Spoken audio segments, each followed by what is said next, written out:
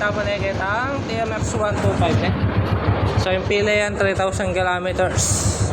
Yan o atin na pong problema ng unit yun eh nung Bayula. Agad nyo pong agapan. Dalayo ka rin mekaniko yun. Ngayon niya po yun oh. Pero na din dimdam na yung kaluguran. Malagitik yan. Pero ngayon yan na.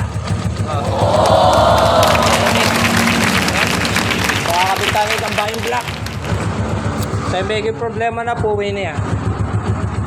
Ayan. Yan okay niya po manalas. Kaya pagitan natin kain eh. Pero yung bus-bus na rin oh. Yan po makanyang kempe pa warranty. Tapos, 10 kilo, buyang po yung kondisyon oh. Yan, so ito yan talaga yung tama yung kayang black. At na mo ay agapan na yung kaluguran eh. Agad din sinabi. Ngayon po okay na yung unit na. Kaya pa mong minor oh. Oo. Ipas doon na yung kaluguran.